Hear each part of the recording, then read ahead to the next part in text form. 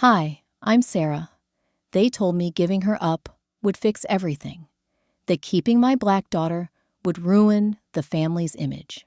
So I signed the papers while my own mother held my hand tight enough to bruise. They said no one would ever know.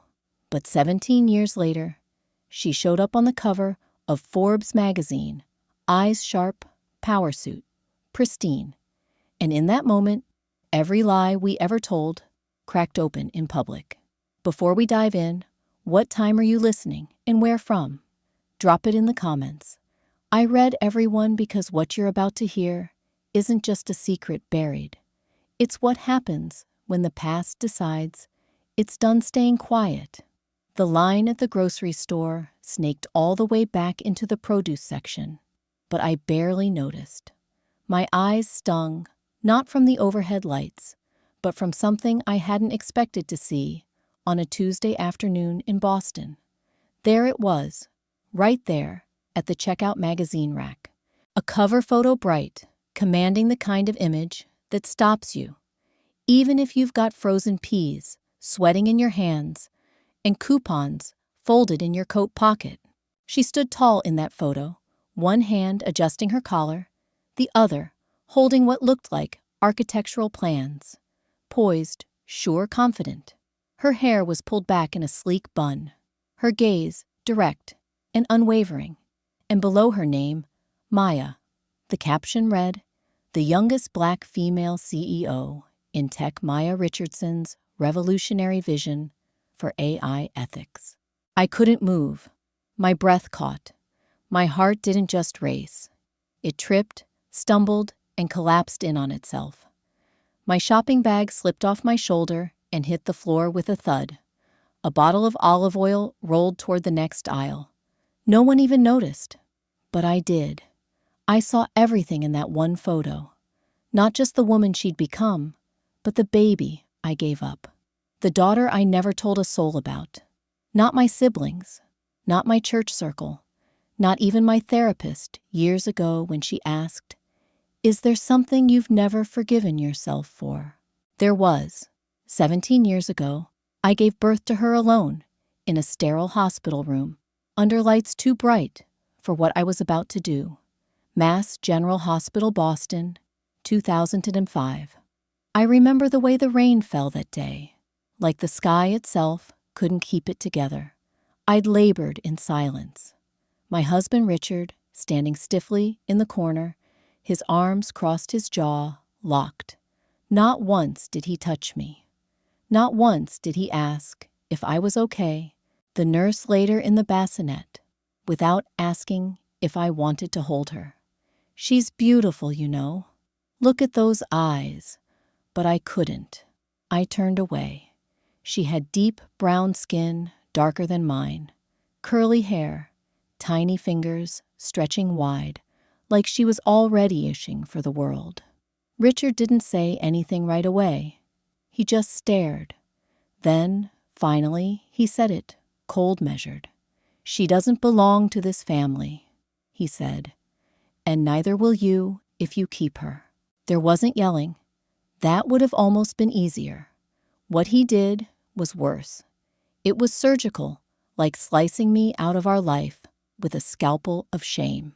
A few hours later, my parents showed up uninvited, dressed like they were going to church, not the hospital where their daughter had just given birth. My mother took one look at the baby from behind the glass and turned to me with a fake softness in her eyes. "We'll get this cleaned up," she said. "No one has to know, but you have to let her go," she said. Cleaned up, like the baby was a mess on a white carpet. "We've already spoken to someone," she added, handing me a business card. "They're expecting us tomorrow." I didn't answer. I just nodded. My father stood in the hallway, saying nothing. He didn't even look at me, just stared down at his loafers, like they had something interesting to say. They didn't ask who the father was. They didn't want to know. They didn't ask me how I was feeling. They didn't want to hear it. They wanted silence, obedience, compliance, for me to fold neatly into the family narrative, like the stain had never happened. That night in the hospital, I held a pen for over an hour and stared at a blank card. Then, I finally wrote just one line. "She has your eyes." That's all I could manage. It felt like too little, but anything more would have broken me. I slipped the card into a navy blue envelope and tucked it into my purse. That purse went to the back of my closet a week later, and the envelope still sealed never left it. It became the weight I carried. Every birthday, every Christmas, every Mother's Day, a secret screaming inside me. Every time someone asked, "How many kids do you have?" I always answered 2. But that was a lie. The adoption agency office was beige, emotionless, a place designed to convince you this wasn't personal. My mother sat beside me, her hand on mine. "Too tight. Sign," she whispered. "It's already done. Don't make it messier." Messier. Like I'd spilled something on her reputation. I signed. They took the forms. I didn't look back when we walked out. In the car, no one spoke. Back home, the silence became permanent. Her name was never mentioned again. I never told anyone about that day, not even myself. Most days, back in the present, in that grocery store, my knees gave out. It was like my body remembered what my mind had tried to erase. Someone shouted, "Ma'am." I think a cashier. I felt hands on my shoulders, the hard tile against my cheek, the rustling of customers backing away. Someone called 911. I couldn't speak. All I could see, still, was her face. Maya, my daughter. As the paramedics loaded me into the ambulance, the magazine lay just inches from my hand, still open to her face. The siren faded into a low hum by the time the ambulance reached the ER entrance. I drifted in and out, just flickers of light overhead, the stiff whisper of gurney wheels, a nurse asking if I could hear her. I did. I just didn't know what I'd say if I answered. When I finally came to the first thing I saw was a stained ceiling tile and a buzzing fluorescent light. The second was my sister Claire. She was perched stiffly in the vinyl chair beside me, arms crossed like she'd been waiting longer than she intended to. Her eyes flicked up from her phone.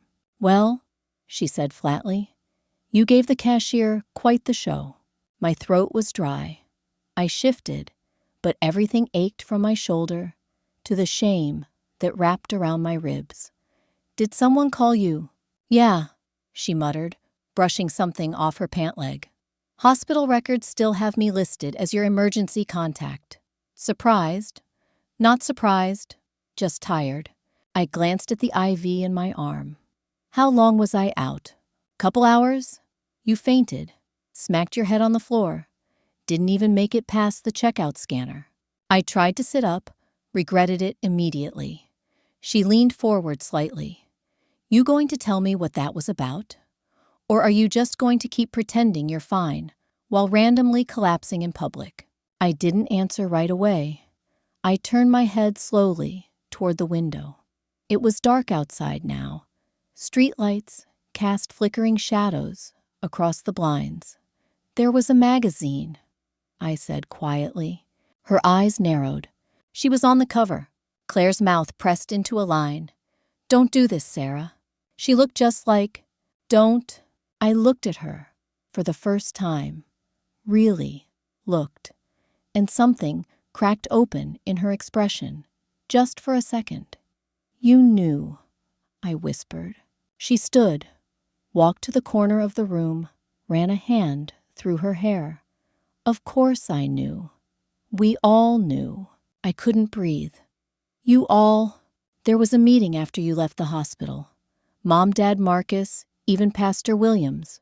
A flash of memory hit. Dad's law office. Leather chairs.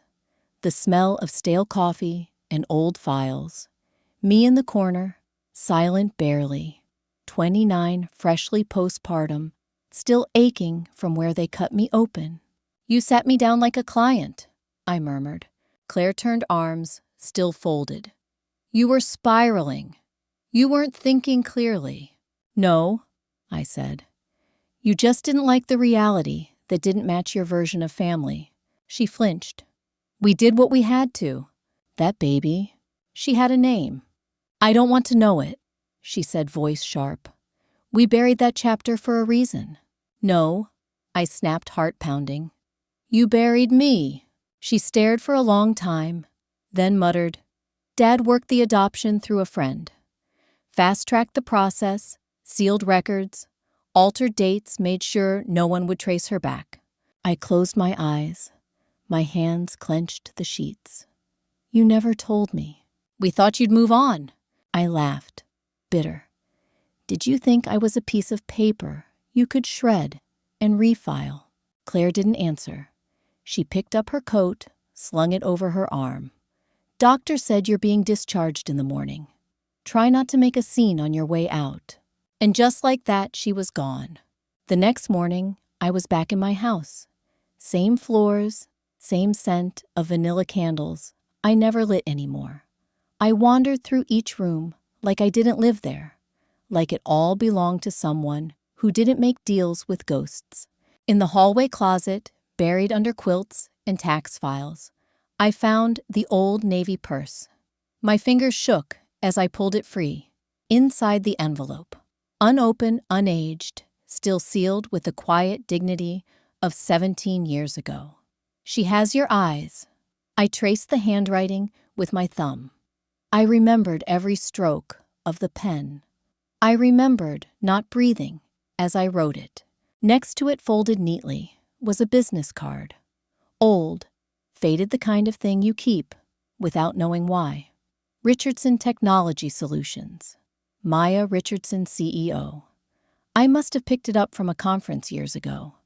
I must have looked at it and felt something, and still pushed it back down. But not now. Now I opened my laptop, typed her name into the search bar. Maya Richardson, CEO, Boston. Oh, there she was. Headshot interviews, a TED Talk articles in Fortune and the Wall Street Journal. One photo even had her bio underneath. Maya Richardson, 28, Boston native, MIT graduate. Youngest Black woman to lead a major tech company. My hands trembled. My chest tightened. The magazine hadn't lied. She was real, not a ghost, maybe not a dream. I clicked on another tab. There it was. Tech Leadership Summit. Maya Richardson, keynote speaker. This weekend, Boston Convention Center.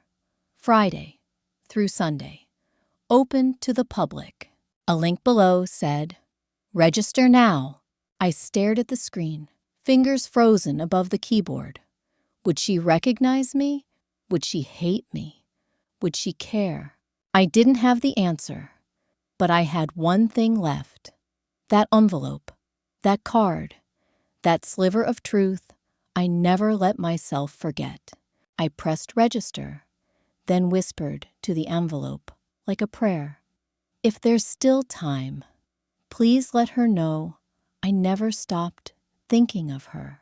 The envelope sat on the dashboard all the way to the convention center, like a second heartbeat I couldn't ignore. I left my house just after dawn, the kind of morning where the fog clings to the pavement like secrets no one wants to speak out loud. The drive stretched through familiar Boston streets, but it felt like 17 years packed into one commute. I kept my eyes on the road, but my mind refused to stay there.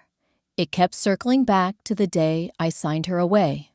I remembered the hospital room, the linoleum floor that echoed with footsteps I never wanted to hear again, the scent of antiseptic clashing with the Chanel No. 5 my mother wore. I remembered her standing there, arms folded, purse clutched like a gavel. "You're not thinking clearly," she'd said, voice tight. "We'll handle this, but you need to sign the papers Now, the nurse brought them in. Thick manila folder, crisp, legal print. My father's firm name was stamped at the top corner. He'd already drawn up the release documents less than a day after Maya was born. I wasn't allowed to hold her. I'd begged once. My mother's eyes went hard. Why make it harder than it already is? The pen shook in my hand. I didn't read the pages, just signed where the neon flags told me to.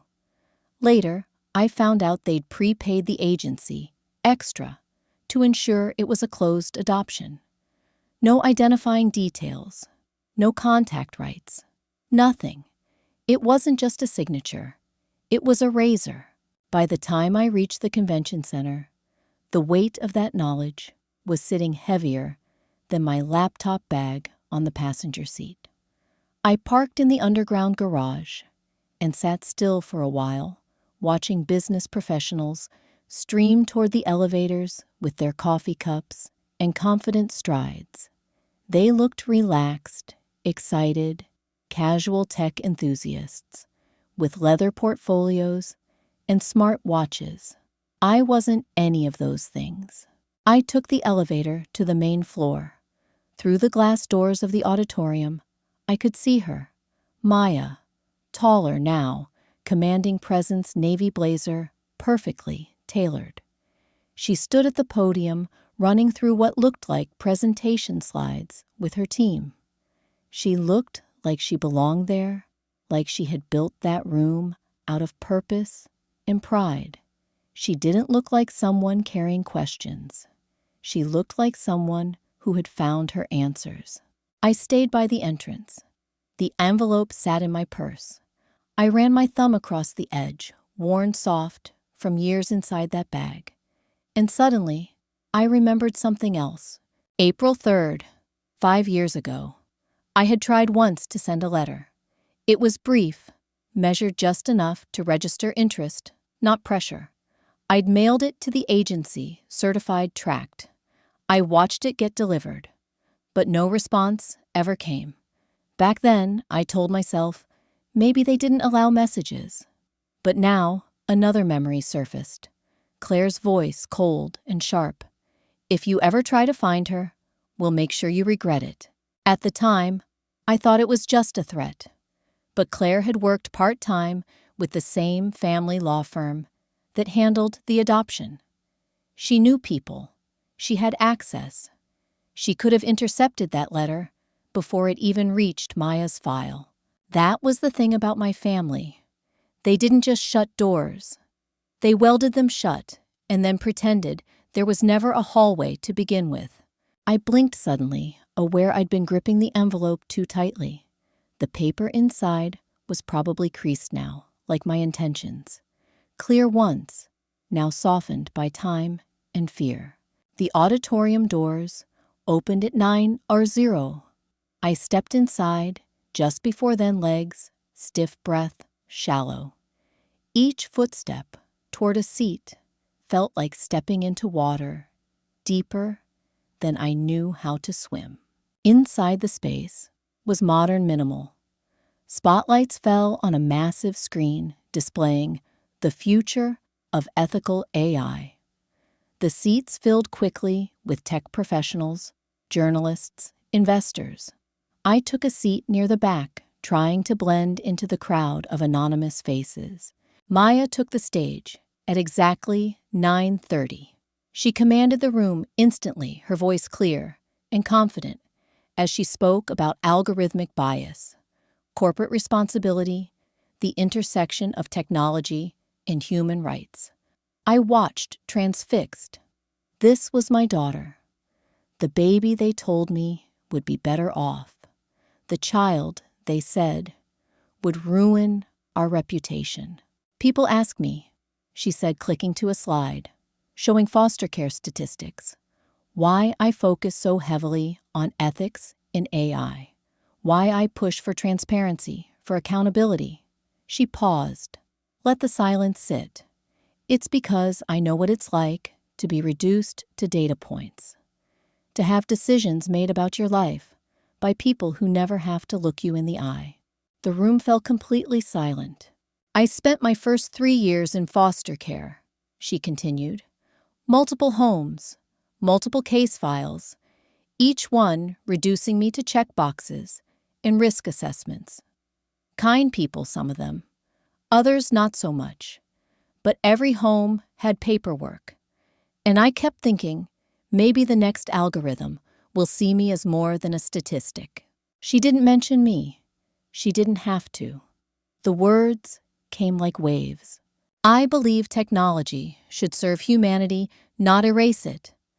My company builds AI that recognizes bias, that questions its own assumptions, that admits when it doesn't have enough data to make a fair decision. Because she clicked to her final slide, a photo of herself as a child in foster care. Every data point is a person, and every person deserves to be seen. Applause erupted through the auditorium. Maya gave a small bow and disappeared behind the stage curtain. People started filtering out animated discussions about her presentation filling the air. I stayed rooted in place.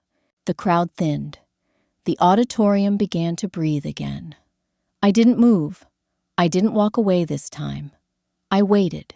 20 minutes later, I saw her emerge from a side door laptop bag over her shoulder, assistant at her side, going over what looked like her schedule. Our eyes met across the lobby. Just for a second, half a heartbeat. She paused. Something flickered across her face. Not recognition exactly, but a question, a shadow of something she couldn't quite place. Then she looked away, kept walking, kept talking to her assistant. I took a breath and did something I'd never done in 17 years. I walked toward her. Ms. Richardson. She turned. Up close, I could see it clearly. She had my eyes, my mother's sharp cheekbones, but her own presence entirely. Yes, I wanted to say your presentation was powerful. Thank you. Professional. Polite. Already starting to turn away. I have something that belongs to you. She stopped. Her assistant glanced between us, sensing the shift. I pulled out the envelope. My hand shook as I extended it toward her. This should have reached you 17 years ago. Maya stared at the envelope. Her expression shifted, hardened. I'll take 5 minutes, she said to her assistant, who nodded and stepped away. We found a quiet corner near the windows overlooking the harbor. She didn't open the envelope right away, just held it studying my face. You're her, she said. Not a question. I nodded throat tight. The woman who gave me up. Yes. She was quiet for a long moment. Then, I hired a private investigator 3 years ago. Found sealed records. A law firm that specialized in discreet adoptions. Names redacted, but patterns visible. A prominent Boston family. A baby that didn't fit the image. I couldn't breathe. I know about the cards, she continued. Birthday cards that came every year. No return address, no signature. Always from the same zip code. I used to imagine they were from you, that you just didn't know how to sign your name. I didn't send those, I said, confused. I never had the nerve. Maya looked at me again. Then, maybe someone else couldn't forget either. She paused. Richard, your husband at the time. My breath caught. Richard. He'd never spoken of her after that day at the hospital. I hadn't even thought. Richard didn't want anyone to know, I said slowly. He said it would destroy the family, that if I didn't let you go, we'd all go down with you. And you agreed. Her words weren't loud. They didn't need to be. I looked down. I was 28 and terrified and ashamed. Maya didn't speak. She let the silence stretch. It wasn't cruel. It was surgical. I still have the letter, I said after a while. The one I wrote that night, after you were born. I never mailed it. My voice faltered. I didn't know if I had the right. She opened the envelope then, read the single line. She has your eyes. Her expression didn't change, but her fingers tightened on the paper. You did, she said finally, have the right. And that somehow hurt more than if she'd screamed. We stood there, two women, two strangers, bloodbound and broken by choices, not entirely our own. I want to talk more, she said finally, but not just with you. I want to meet them, the ones who erased me, the ones who told you to forget. She pulled out a business card, different from the CEO one. This one just had a phone number. Next week, bring them, or don't come back.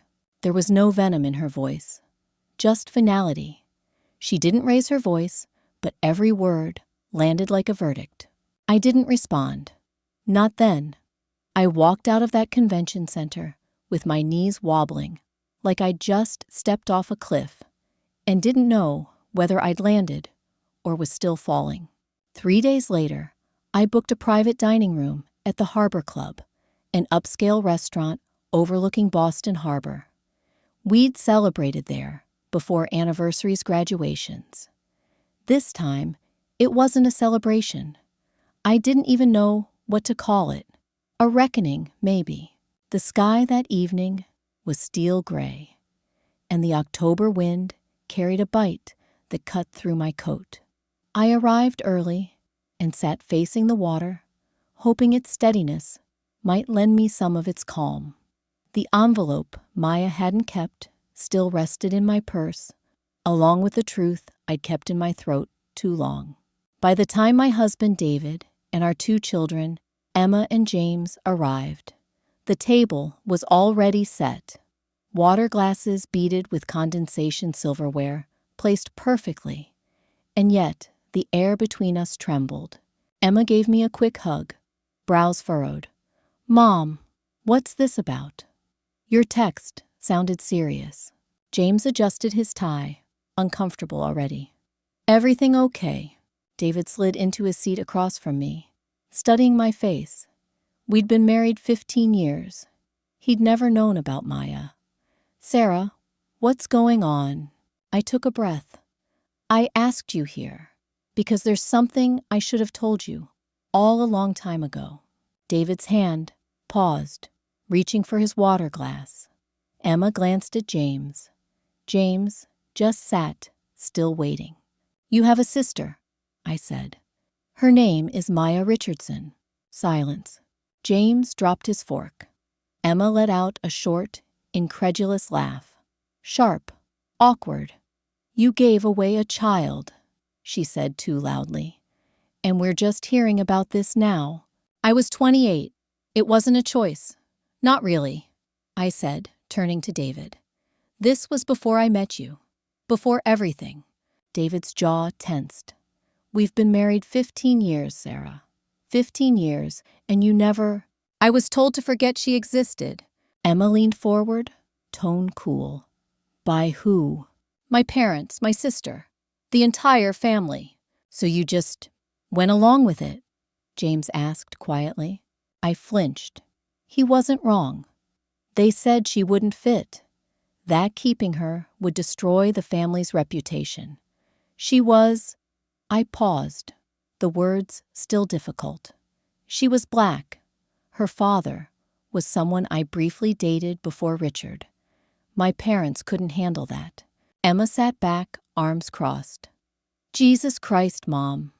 We've been living in a lie. All of us. Smiling in family photos, while a whole person, our own blood, was pushed out for not fitting the image. I tried to...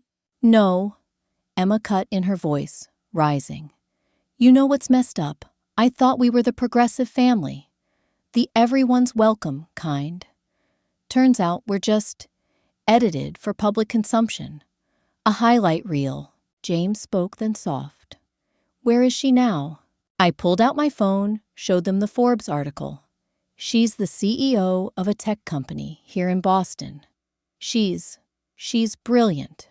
David stared at the photo like he was seeing me for the first time. She wants to meet us. All of you. Next weekend. She specifically asked for the whole family. Emma stood abruptly, chair scraping against the floor. I need air. She stormed off toward the balcony. James followed, giving me a helpless look on his way out. David and I sat in the silence they left behind. I took a sip of water. It did nothing to ease the dryness in my throat. Were there others? He asked quietly. Other secrets? No, just her. Just Maya. He nodded slowly. I don't know how to process this, Sarah. Our whole marriage, and you, never. I couldn't. I'd been trained to pretend she never existed. It wasn't lying to you. It was surviving the lie I'd already been living. He didn't answer. 10 minutes later, Emma returned. Her eyes were red, but her expression was steady. I'll go, she said. But if this explodes, don't expect me to play happy family. James nodded. Me too. She's our sister. She deserves to know we exist, even if we're just strangers to her. I looked at my children, young adults now 22 and 20, with their own sense of justice and fury, and felt a mixture of pride and shame. Thank you, I said. We didn't order dessert. We didn't toast to anything. But for the first time in this family, no one would get to choose silence. The following Saturday, we drove to Maya's company headquarters. The building was sleek glass, and steel her company logo, an eye integrated with circuit patterns displayed prominently at the entrance. Modern, powerful, everything my family had said she'd never be. The conference room she'd chosen was on the top floor, with floor-to-ceiling windows overlooking the city. Maya stood at the far end, hands folded, watching us enter.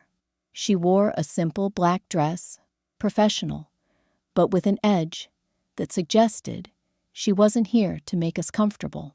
With her were 3 others, a woman who looked like a lawyer, a younger man with a camera, though it wasn't pointed at us, and an older black woman whose presence filled the room with quiet authority.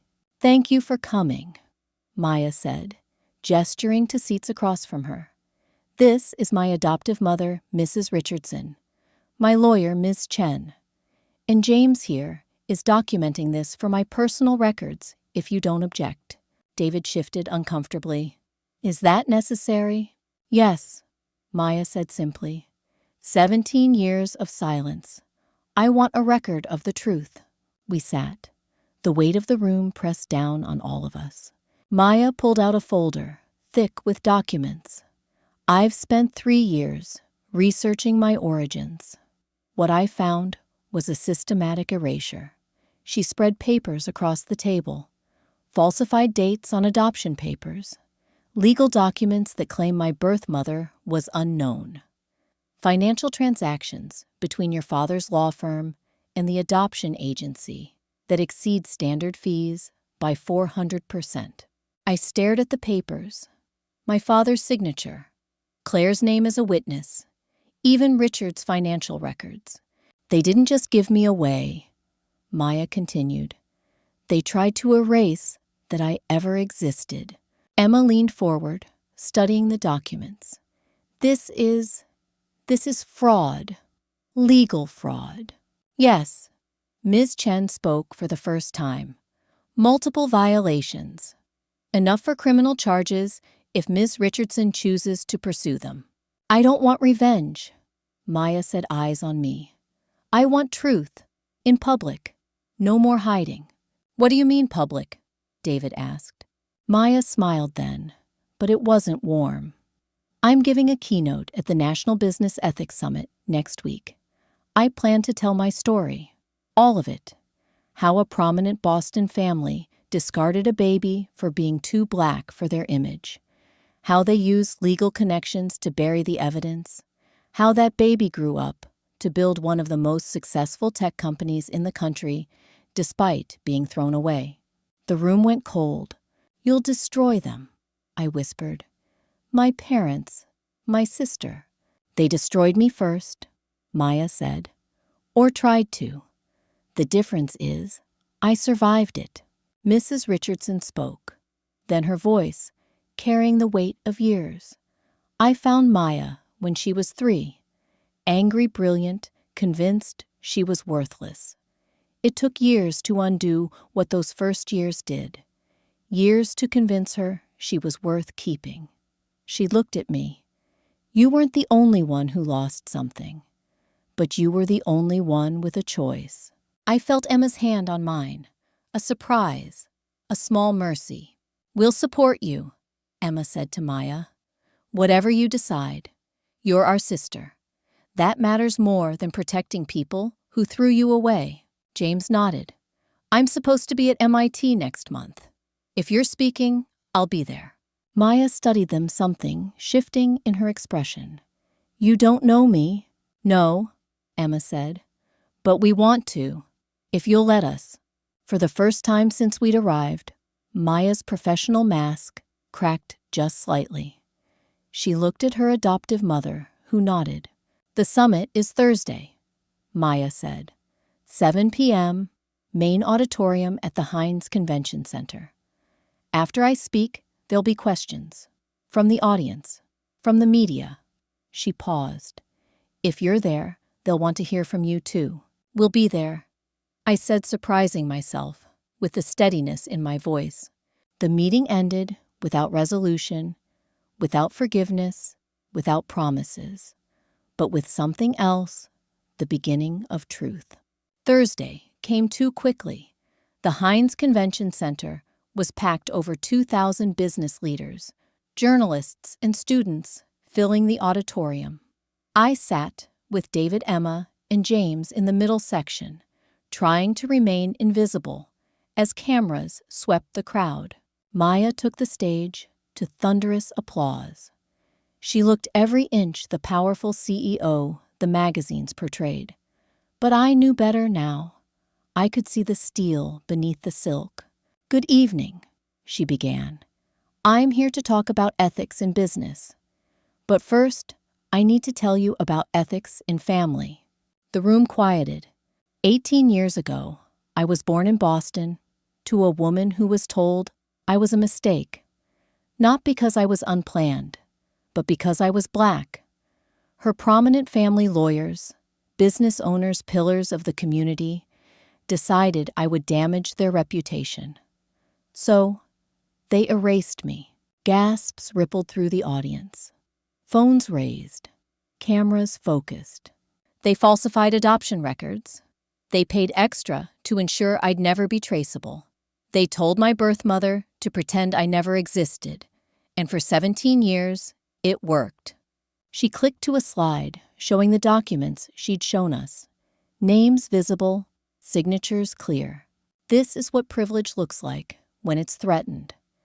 This is what happens when image matters more than humanity. The audience was transfixed. Some typed furiously on phones. Others sat in stunned silence. But here's what they didn't count on. Maya continued, her voice gaining strength. They didn't count on that discarded baby growing up to build something they could never tear down. They didn't count on truth, being patient.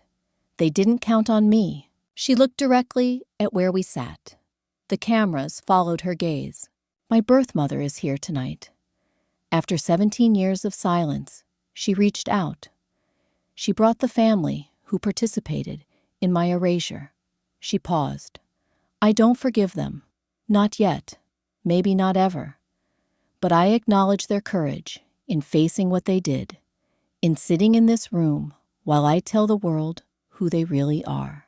Emma stood up, just stood, then James, then David, and finally, that's them, Maya said simply.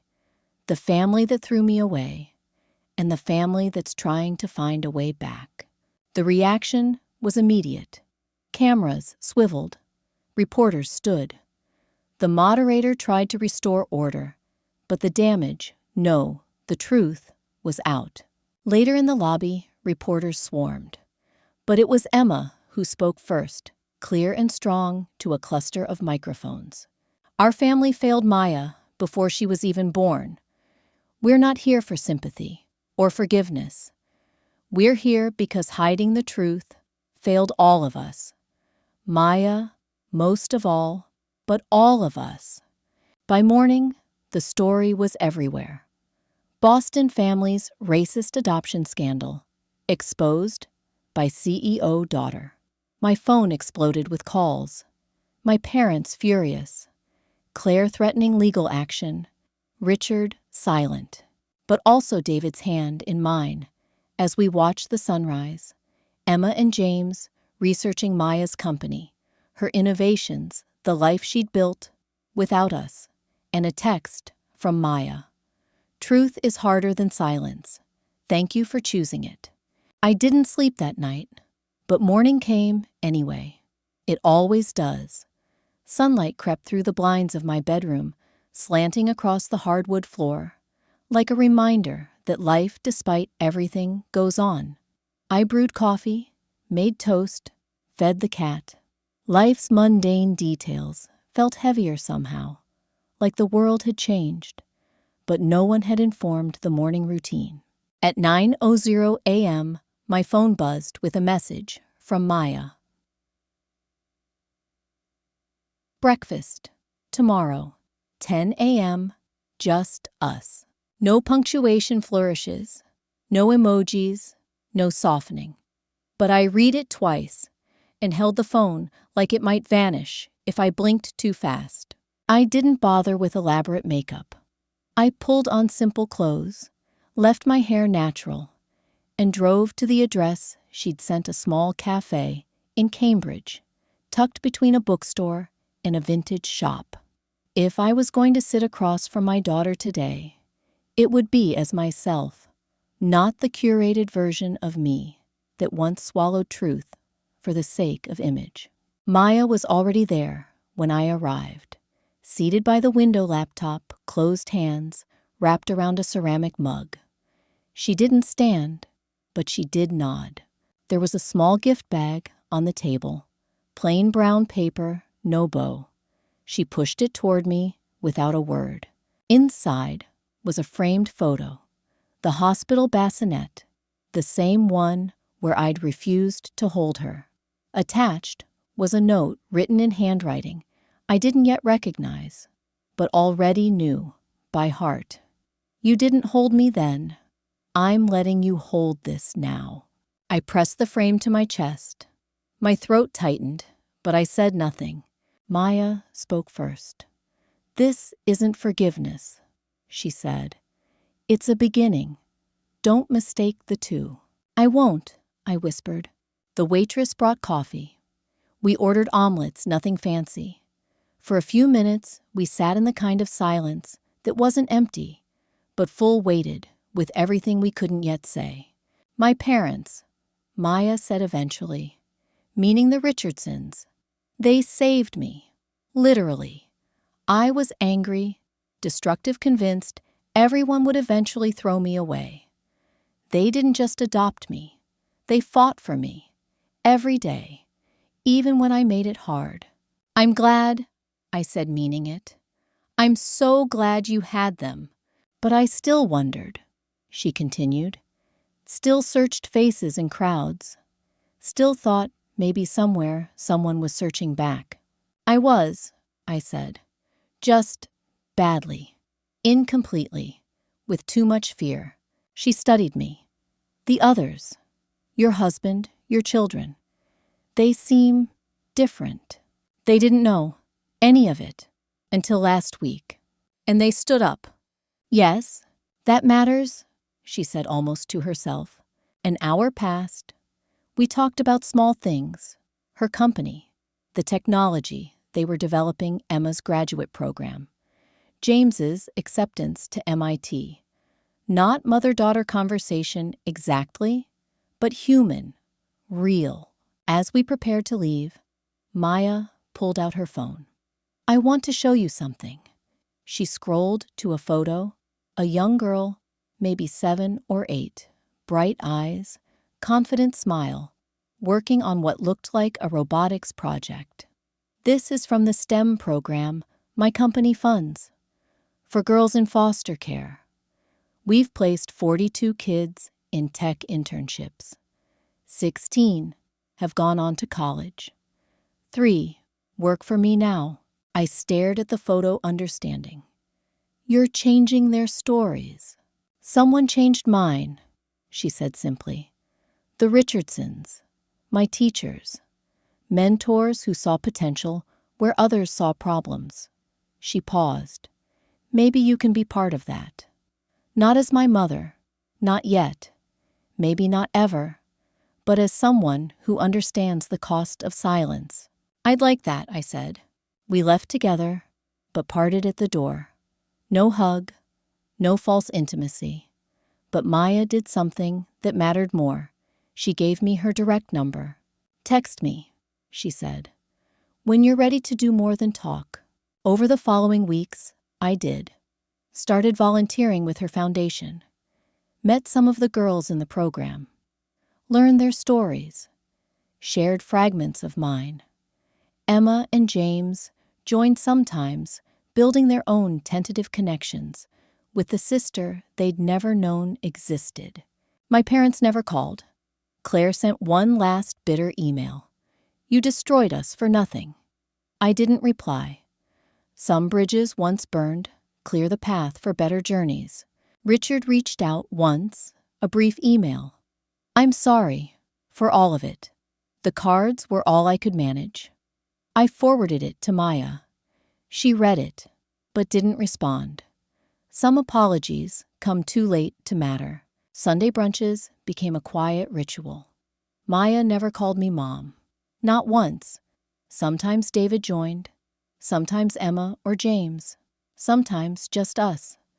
We talked about her work, the future, sometimes the past, but mostly we just sat together, sharing space, learning to exist in the same story. One morning, 6 months later, Maya sent me a photo from a tech conference. She stood with 3 young women, all former foster youth, all now working in technology. The caption read, they asked about my story. I told them about choosing truth over comfort. Thank you for finally choosing it too. I stared at that message for a long time, then typed back, thank you for surviving our silence. Her response came quickly. I did more than survive. Watch me soar. And I did. We all did. Not as the family we should have been, but as the family we were learning to become. Broken, reformed, honest at last, because sometimes the most powerful legacy isn't perfection. It's the courage to shatter your own facade and rebuild with truth, even when the pieces don't fit the way they used to. Have you ever discovered a family secret that changed everything you thought you knew? Share your story in the comments. I read everyone, because sometimes it's not about being forgiven, it's about finally being seen.